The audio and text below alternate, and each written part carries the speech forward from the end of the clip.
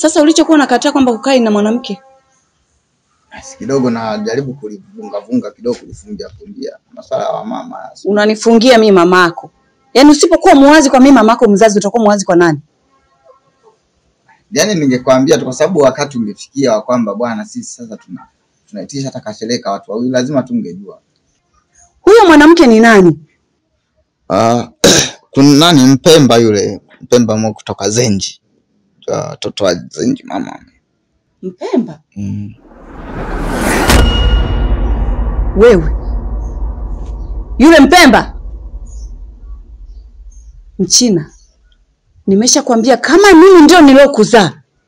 Yule mwanamke kwanza, umri wake tofauti na wewe. Yule si sawa na dadako. Ni umri wa dadako ule Mchina. Tofauti kabisa na wewe. Sitaki kusikia maneno hayo. Hakufai kabisa yule mwanamke. Lakini mama yule mwenyewe nimemchukua hivyo kwa sababu mimi mwenyewe nakuwa. Kwa hiyo najua naenda nakuwa mwisho namfikia. Unajua kuna muda mwingine wazazi mlikuwa mnatununulia nguo kubwa tutakuwa nazo, ndala kubwa tutakuwa nazo. Kwa hiyo nilijua na mwanamke nachukua yule mkubwa nakuwa naye. Kwa sababu mwenyewe nakuwa mama. Tafuta lika yako. Yule haumuoi.